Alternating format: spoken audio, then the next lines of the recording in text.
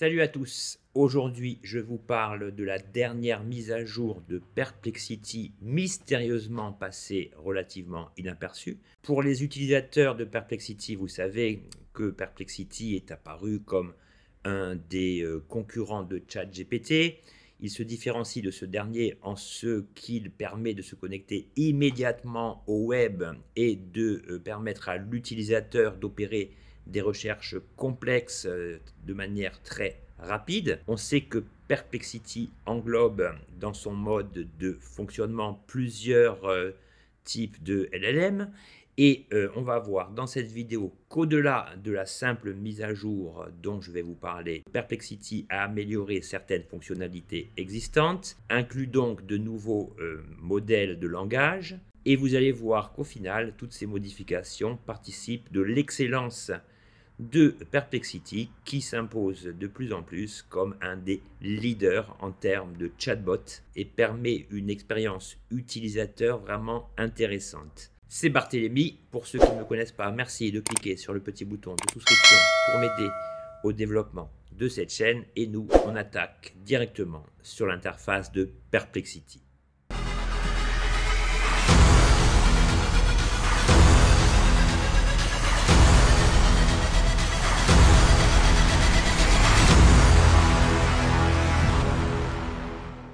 Alors nous voici sur l'interface de Perplexity. Comme je vous l'ai dit en introduction, je ne comprends pas pourquoi les différentes mises à jour assez importantes n'ont pas été signalées de manière étendue sur les différents réseaux sociaux et sur YouTube. Donc pour savoir ce qu'il en est, afin de vous donner un avant-goût de ces nouveautés, eh bien sachez que les principales nouveautés se situent ici, donc sur la fameuse fonction focalisation qui vous permet de multiplier les méthodes de recherche. Donc nous avons la fonction web qui impose en quelque sorte Perplexity comme le concurrent naturel de Google en termes de recherche pure. La fonction académique qui permet de vous connecter à des articles d'université, des articles de divers instituts spécialisés. La fonction mathématique, maths, qui a été vraiment boostée et qui va vous permettre de résoudre des équations complexes et des problèmes qui échappent personnellement, vu mon niveau en maths, à ma compréhension.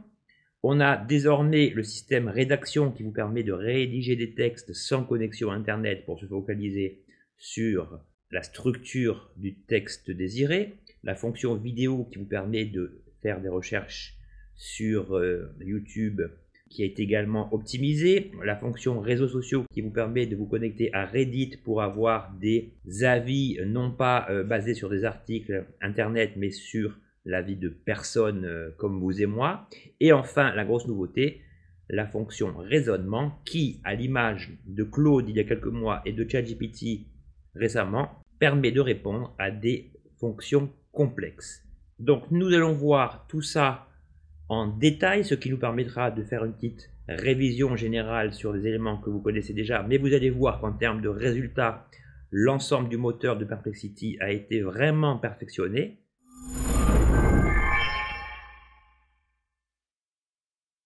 Parallèlement, cette mise à jour induite par l'introduction de nouveaux modèles de langage très développés prend tout son sens ici, et si vous voulez voir les autres sources d'amélioration de Perplexity, il suffit de vous rendre ici au niveau de vos paramètres. Alors il est à noter que l'ensemble de ces améliorations sont accessibles si vous êtes abonné à la version pro de ChatGPT, sinon vous aurez quelques essais gratuits, mais vous ne pourrez pas en bénéficier de manière pérenne.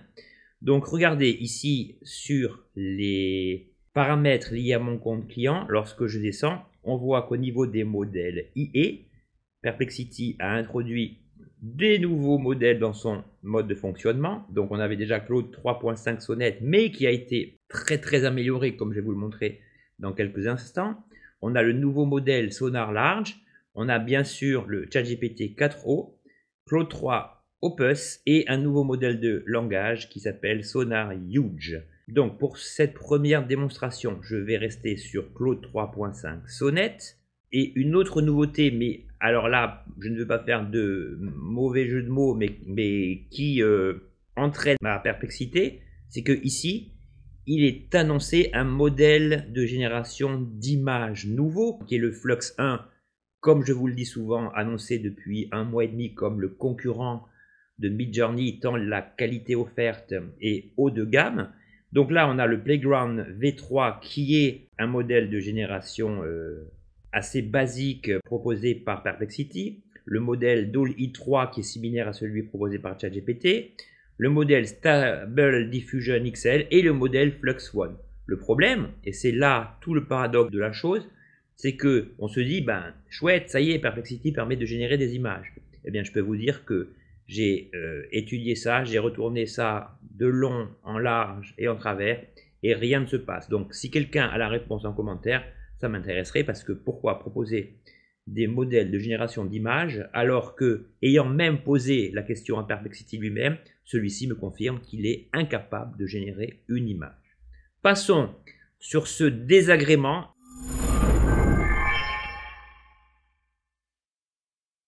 Donc sur ces bases, à partir du premier élément lié à la focalisation, nous allons utiliser le modèle qu'on utilise traditionnellement sur Perplexity pour permettre d'optimiser vos recherches. Ici, pour vous montrer que le moteur s'est relativement amélioré, je vais procéder à une recherche en plusieurs étapes. Alors au niveau de mes questions séquencées, je lui demande dans un premier temps, recherche les meilleures imprimantes laser moyen de gamme et assure-toi bien que tes recherches soient basées sur des classements entre mars 2024 et aujourd'hui. 2. Établis un classement de la pire à la meilleure. 3. Sélectionne 3 produits sur le marché que tu considères comme ton top 3. 4. Émets une critique personnelle sur ces derniers. 5. Choisis à la fin celle que tu considères comme la meilleure. Donc ici, j'aurais dû dire non, produit, c'est bon. Donc là, je lance ma requête. Donc avec ce mode de recherche web, vous savez que Perplexity se montre particulièrement performant et sa caractéristique, c'est de vous fournir, primo, une réponse basée sur des articles analytiques. Secondo, cela va vous fournir des réponses analytiques et détaillées par rapport à la requête posée. Et troisièmement, Perplexity vous cite toujours les sources à partir desquelles il a créé sa réponse, et cela est particulièrement important puisque vous avez le choix, la latitude de compulser les articles qui ont donc été à l'origine de cette réponse. Et au final, voilà, il me fournit un tableau avec les imprimantes classées de la meilleure à la pire. Ensuite, il nous propose classement de la pire à la meilleure, mon top 3, la critique personnelle avec les options liées à chaque type d'imprimante, et au final, il nous donne son choix définitif. Je considère la Browsers MC machin comme la meilleure option. Elle offre le meilleur compromis entre vitesse d'impression, coût par page et prix d'achat. Sa polyvalence en fait un excellent choix pour une utilisation professionnelle ou personnelle intensive. De plus, la marque Browser est reconnue pour la fiabilité de ses imprimantes laser, ce qui est un point important pour un investissement à long terme. Donc vous voyez que grâce à cette fonction web reboostée ici, je vous le rappelle, j'utilise le système Claude 3.5 Sonnet. Et ici, donc, vous avez les 19 sources plus celle-ci qui ont servi à élaborer ce classement a priori pertinent lié à ma recherche d'imprimante. Donc imaginez le temps que vous auriez passé sur Google pour recueillir en quelques minutes une analyse aussi détaillée. Il aurait fallu zapper sur 3 ou 4 pages avec chaque fois 10 références pour vous y retrouver, ce qui n'est pas le plus pratique. Mais là, le fait de se baser sur des systèmes complexes tels que ChatGPT 4o et Claude Sonnet 3.5 qui brillent par sa faculté à examiner et créer du code, eh bien cela va vous apporter un plus. Et c'est justement le deuxième point que nous allons aborder, c'est la redéfinition, la génération de code qui est vraiment impressionnante. Alors regardez bien, je vous ai créé un exemple pour éviter que cette vidéo ne dure des plombes.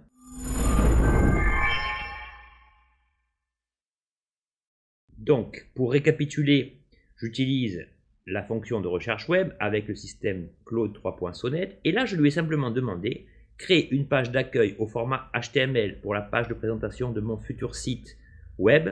Le titre général est Barthélemy Nobili Formation.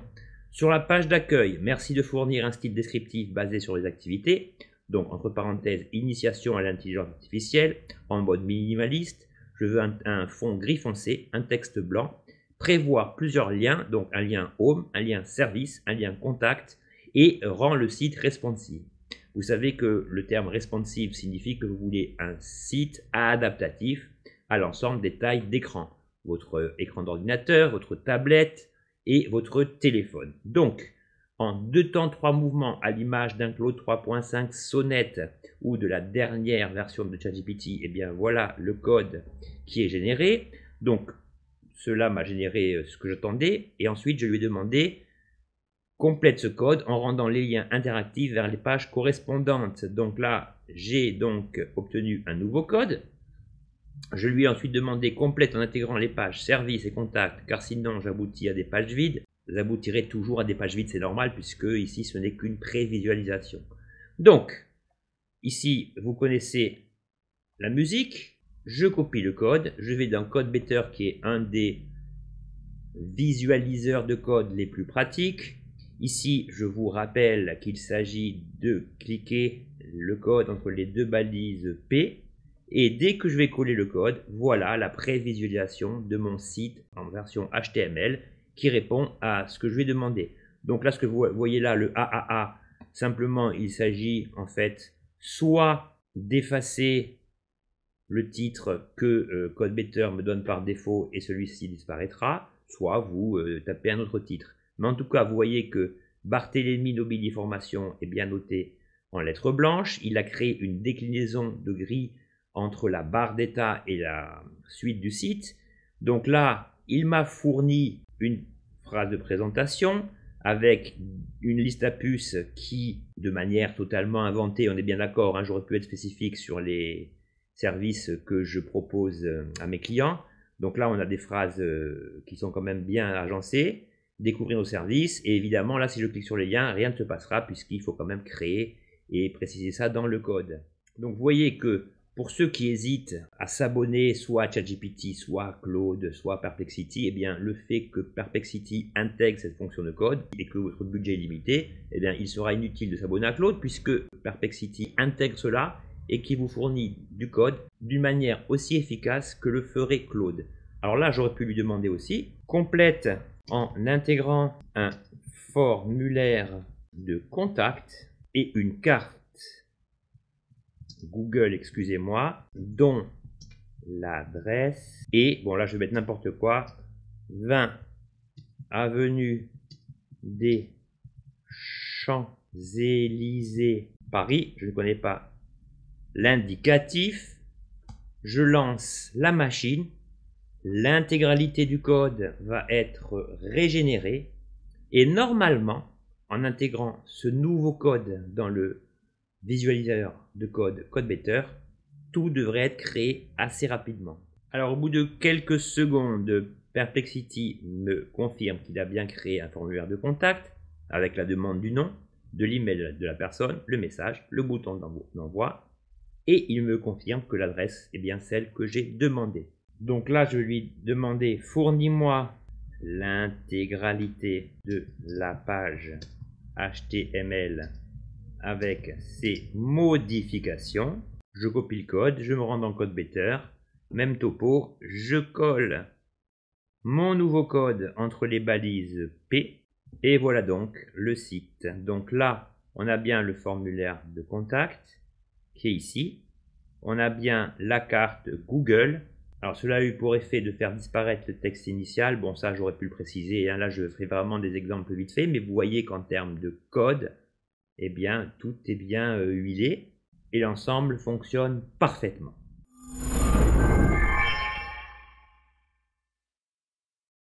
Le deuxième axe d'amélioration provient de la fonction académique qui est beaucoup plus puissante. Là aussi on voit que l'équipe de Perplexity a bien bossé. Donc la différence entre le fait d'opérer une recherche en mode web et en mode académique, eh bien c'est qu'en mode académique, l'arc de recherche va être réduit et se limiter à certains sites spécialisés totalement liés au thème de la requête que vous allez taper. Exemple, Donc ici, je lui demande, selon les scientifiques, quel est le risque du réchauffement climatique sur la montée des cours d'eau dans le sud-est de la France dans les 3 prochaines années. On lance la machine. Alors ici, en général, ce qui prend un petit peu de temps, ce sont les sites sur lesquels Perplexity va se connecter par rapport à votre requête. Donc ici, on voit qu'on a plusieurs sources qui résultent d'une référence unique. On va voir si cela nous convient. Donc, selon les études scientifiques disponibles, il est difficile de prédire avec précision les effets du réchauffement climatique sur la montée des cours d'eau dans le sud-est de la France, spécifiquement pour les 3 prochaines années. Cependant, les recherches mettent en évidence plusieurs tendances et risques à long terme. Donc, l'évolution des températures et précipitations. Donc là, on nous précise que les études montrent une augmentation globale des températures dans la région méditerranéenne française. Une analyse menée sur les cours d'eau du massif du Jura entre 2010 et 2015 a révélé une augmentation des températures de plus de 0,5 degrés, etc. Ensuite, on a une partie sur les risques liés aux événements extrêmes, donc avec le système des crues rapides que nous connaissons dans le sud de la France, la fragilité des ressources en eau, l'adaptation et la gestion des ressources, avec le projet R2D2, ça ne s'invente pas, 2050, qui a mené une étude prospective sur le bassin de la Durance, des outils d'aide à la décision comme le modèle C3PO, donc ça je pense que les mecs sont fans de Star Wars, des approches innovantes comme la méthode hydrogéomorphologique, etc.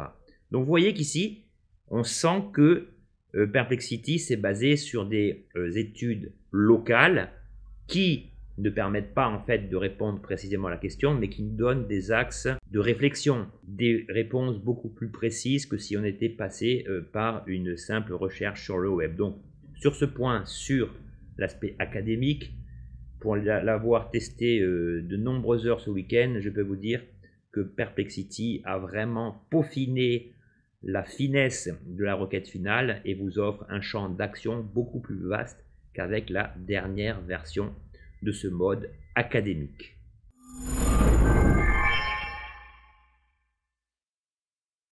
Toujours au niveau des axes d'amélioration, la fonction math qui ici aussi a été revue et corrigée et qui nous permet vraiment d'obtenir des résultats fulgurants pour les personnes qui, comme moi, ne comprennent un beignet en mathématiques, évidemment et heureusement que tout le monde n'est pas dans mon cas, puisque cette fonctionnalité s'adresse avant tout aux programmeurs, aux mathématiciens qui cherchent des formules, l'explication de schémas complexes, etc. Donc ici, pour l'exemple, je vais attacher une pièce jointe que j'ai préparée. Donc voici le schéma en abscisse et ordonnée. Donc là pour moi c'est du chinois, de l'hébreu, ce que vous voulez. Donc voilà la question que je pose à Perplexity. Je suis ignare en mathématiques. Merci de me fournir une explication complète sous forme de liste à puces du tableau figurant sur l'image jointe. On va voir comment Perplexity se débrouille pour nous donner la réponse adéquate. Donc voilà la photo de la source jointe. Je descends. Donc ici, on me fournit une nouvelle image et Perplexity m'explique « Je comprends que les mathématiques ne soient pas votre point fort, je vais vous expliquer simplement le diagramme présenté dans l'image sous forme de liste à puces pour faciliter la compréhension. Le diagramme représente un système de coordonnées en 2 dimensions avec un axe horizontal et un axe vertical. » Bon, jusque-là, c'était encore dans mon domaine de compréhension. Les points importants. O, c'est l'origine du système situé au point 0, 0. Je ne sais pas si c'est un O ou un 0, je n'y comprends rien en maths, excusez-moi. MZ, U, V, etc. Les vecteurs représentés, la signification, le concept clé. Ce diagramme illustre que tout point du plan, ici MZ, peut être décrit comme la somme de 2 vecteurs. On peut y arriver soit en combinant U et MZ, soit en combinant V et MZ.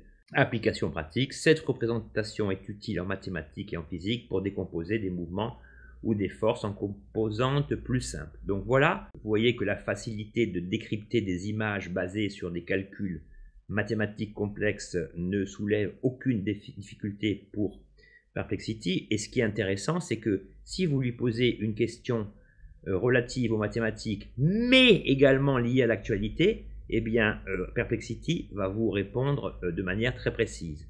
Je vous donne un exemple. Donc ici, je lui pose comme question, taux de conversion du dollar dans chaque pays de l'Union européenne sous forme de tableau alphabétique. On va voir comment Perplexity se débrouille avec ça. Voilà, en quelques secondes, on voit bien que Perplexity m'a fourni un tableau me fournissant les informations relatives aux différents taux de conversion dans chaque État de l'Union européenne.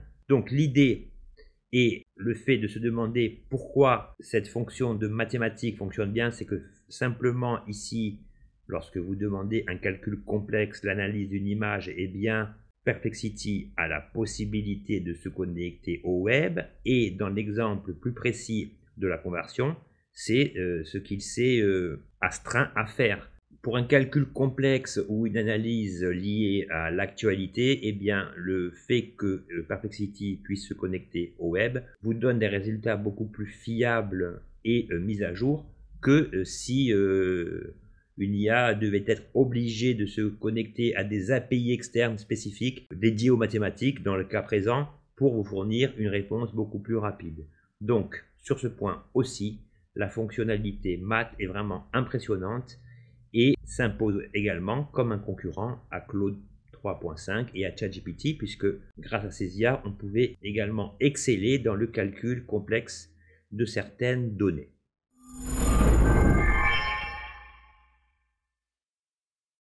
L'autre nouveauté très intéressante, c'est le mode rédaction que vous trouvez ici et que j'ai déjà enclenché pour l'exemple. Donc le mode rédaction, en fait, va à l'encontre de la fonctionnalité première de Perplexity qui est de se connecter au web. Ici, je lui ai préparé une petite question, créer un template d'un mail destiné à mes clients afin de les remercier d'avoir souscrit un abonnement auprès de ma chaîne YouTube, en leur spécifiant qu'ils recevront 3 fois par semaine des contenus inédits, vidéos, guides PDF et pertinents. Donc ici, le fait que Perplexity ne se connecte pas au web permet de se concentrer sur la substance même de la réponse à me fournir, et cette fonctionnalité procède du fait que les réponses apportées seront de meilleure teneur que si nous étions passés par le mode web classique. Donc on va voir ce que cela donne.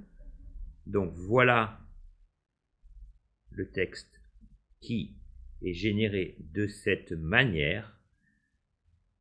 Objet, merci pour votre abonnement. Des contenus exclusifs vous attendent. Cher, donc là vous mettez le nom de votre client. Je tenais à vous remercier personnellement d'avoir souscrit un abonnement à ma chaîne YouTube. Votre soutien est précieux et me motive à créer toujours plus de contenu de qualité. En tant qu'abonné privilégié, vous allez désormais bénéficier d'un accès exclusif à des contenus inédits conçus spécialement pour vous. Voici ce qui vous attend. 3 fois par semaine, vous recevrez des contenus exclusifs directement dans votre boîte mail. Ces contenus comprendront des vidéos inédites et des guides PDF approfondis. Chaque contenu sera soigneusement élaboré pour être pertinent et vous apporter une réelle valeur ajoutée. Que vous soyez passionné au design graphique, de marketing digital ou que vous souhaitiez explorer les possibilités offertes par l'IA dans votre travail, ces contenus exclusifs vous aideront à développer vos compétences et à rester à la pointe de l'innovation. N'hésitez pas à me faire part de vos retours ou de vos suggestions de thèmes que vous aimeriez voir abordés. Votre avis compte énormément pour moi.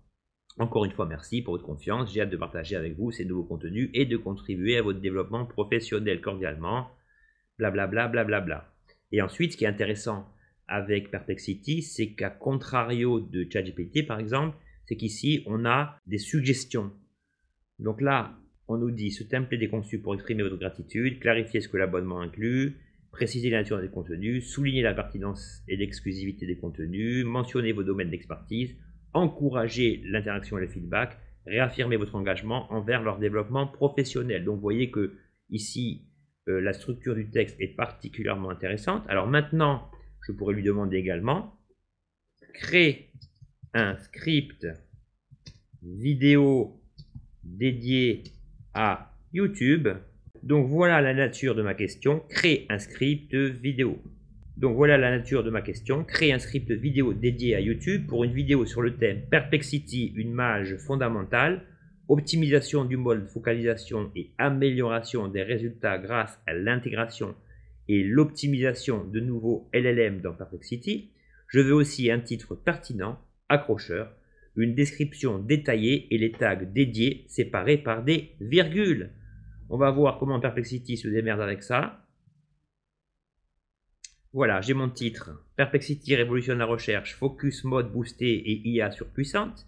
Ici, j'obtiens la description détaillée de ma vidéo. Donc salut à tous, aujourd'hui on plonge dans une mise à jour majeure de Perplexity qui va changer la donne dans le monde de la recherche en ligne. Donc transition, première nouveauté, le mode de focalisation optimisé. Deuxième innovation, l'intégration de nouveaux modèles de langage LLM. Les avantages pour vous, la conclusion, etc. Le call to action.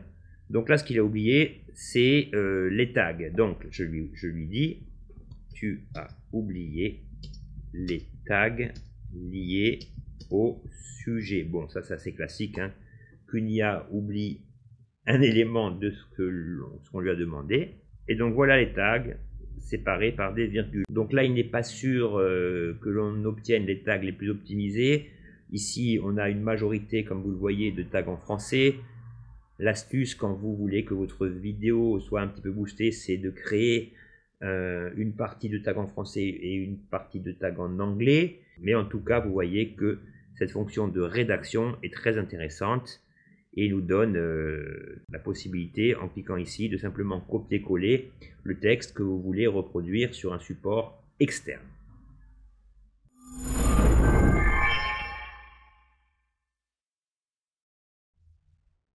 Alors une autre source d'amélioration, c'est lié donc à une fonctionnalité que vous connaissez déjà, c'est la fonction vidéo qui est située ici et qui, tel que son nom l'indique, vous permet de visualiser au sein même de son interface. Donc ce que je lui demande ici, c'est trouve les vidéos en français les plus pertinentes et détaillées concernant Suno. Et voilà donc l'ensemble des vidéos les plus pertinentes concernant Suno. Donc là, je retrouve 4 de mes vidéos. Bon, ça fait plaisir, hein. Et voilà donc le résumé de chacune des vidéos. Donc c'est très intéressant en termes de recherche si vous voulez faire une comparaison et que vous voulez analyser plusieurs vidéos pour savoir laquelle pourrait vous apporter les meilleures réponses. Et bien voilà comment utiliser ce mode vidéo.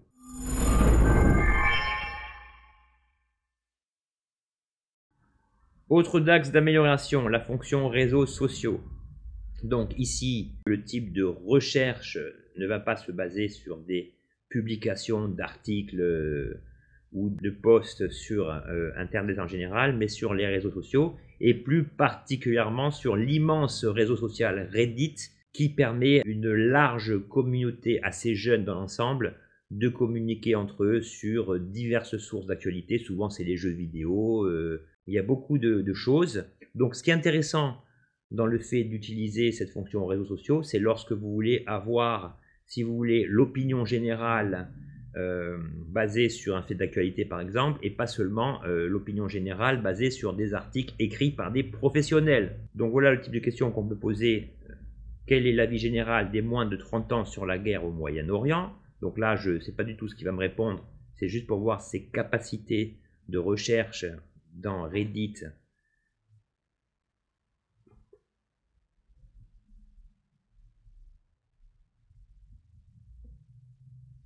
Et donc ici, voilà un aperçu de l'opinion générale des jeunes Français de moins de 30 ans sur le conflit israélo-palestinien basé sur les informations disponibles. Donc désintérêt et lassitude, refus de prendre parti, condamnation de la violence, critique de la réponse israélienne, complexité du conflit, lassitude face à la polarisation du débat, empathie pour les victimes civiles. Donc vous voyez que ici on obtient quand même des réponses assez précises et au cas par cas, vous avez toujours un numéro ici qui vous permettent, je le rappelle, d'aller consulter le post en fait publié par les différents utilisateurs de Reddit pour obtenir des avis un petit peu différenciés de celles que vous trouvez dans des articles professionnels. Ce qu'il y a de bien aussi par exemple pour les gamers, c'est que si vous recherchez un cheat ou une astuce pour vos jeux vidéo, eh bien le fait de se connecter aux réseaux sociaux, je pense que c'est là que vous obtiendrez les meilleures réponses. Ici, je lui demande comment obtenir la solution complète du jeu Fallout 4. Donc, avec le nombre de jeunes, d'étudiants, de passionnés de jeux vidéo, ça m'étonnerait beaucoup qu'on ne trouve pas la réponse ici. Alors, Fallout 4, c'est déjà vieux comme jeu, hein, mais j'aurais pu lui demander n'importe quoi. Et on va voir si, parmi tous les échanges que Perplexity va nous trouver sur Reddit, il va nous trouver la bonne réponse. Exploration et quête principale, prenez votre temps. Bon là ce sont plutôt des conseils, c'est pas la solution en tant que telle. Investissez dans les compétences, améliorez régulièrement, etc. etc. Donc là je n'ai pas ma réponse. Bon, comme je vous ai dit, le jeu date un peu. Mais par contre ici, vous voyez que si je vais sur les articles inclus en tant que référence, eh bien, j'obtiens encore d'autres caractéristiques. Bon, je ne vais pas creuser ça des heures et des heures. Vous avez compris que si vous voulez des opinions différenciées et plus proches de l'opinion publique, eh bien, je vous conseille d'effectuer vos recherches via ce mode réseaux sociaux. Et maintenant, pour le grand final, la dernière grosse nouveauté en mode bêta apportée par Perplexity.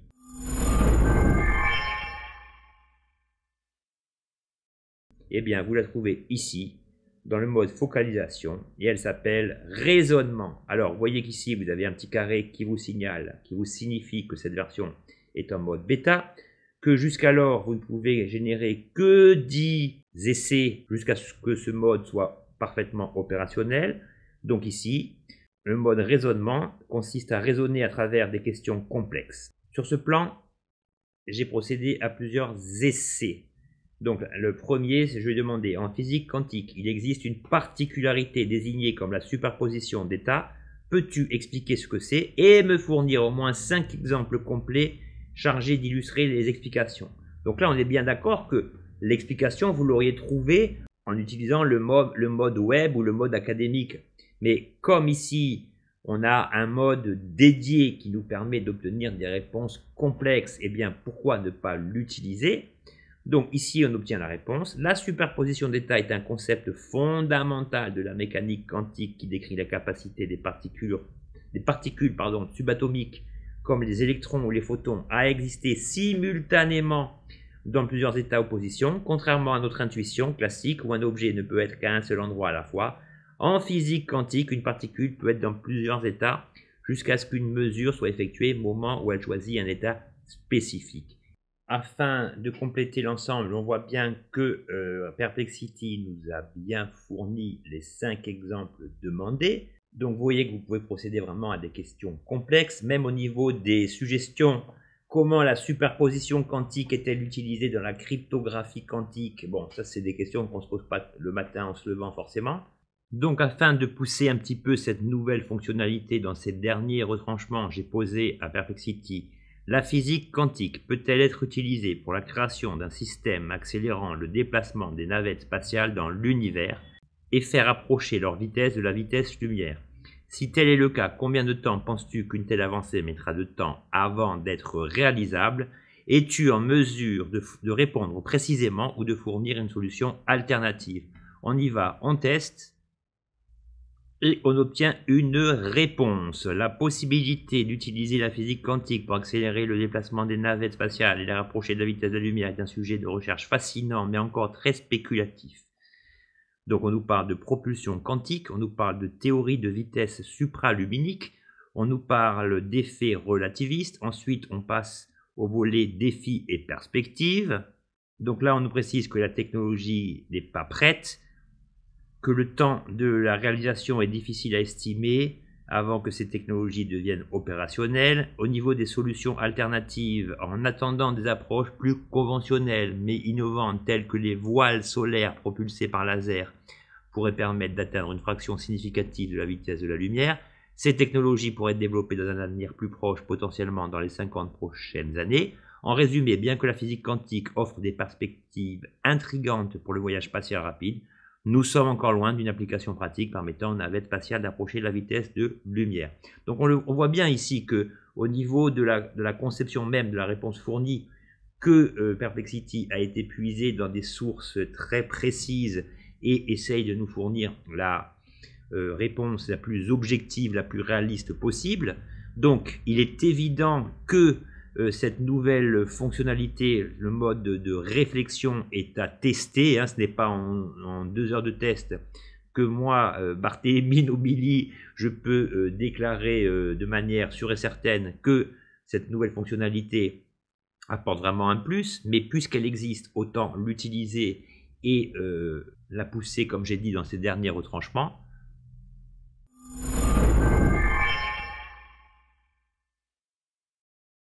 Donc à l'issue de cette vidéo, vous voyez bien que ces nouvelles mises à jour de Perplexity permettent quand même d'aller un petit peu plus loin et de bénéficier des nombreuses possibilités de cette IA si agréable à utiliser. Mystérieusement, cette mise à jour n'a pas été mentionnée, je l'ai trouvée par hasard en fouillant dans les paramètres de Perplexity, et donc j'ai voulu creuser à partir de là, j'ai vu des nouveaux petits panneaux lumineux, etc. Bon, en tout cas, vous qui avez ces informations en quasi-exclusivité, eh bien j'espère que les heureux possesseurs de Perplexity sauront en bénéficier. Vous savez que sur cette chaîne, on essaye toujours d'être au taquet pour vous fournir les meilleures sources d'actualité, les meilleures mises à jour, des tests précis et détaillés. Et d'ailleurs, j'ajoute aussi que vous pouvez utiliser ces différents modes pour créer les pages, donc cette fonctionnalité qui est apparue il y a quelques mois dans Perplexity, et surtout pour la création de vos collections sous Perplexity, qui, rappelons-le, sont l'équivalent des GPTs dans ChatGPT, et qui vous donneront donc une possibilité encore plus précise et détaillée de créer des chatbots opérationnels et efficaces au sein de Perplexity. C'était Barthélémy.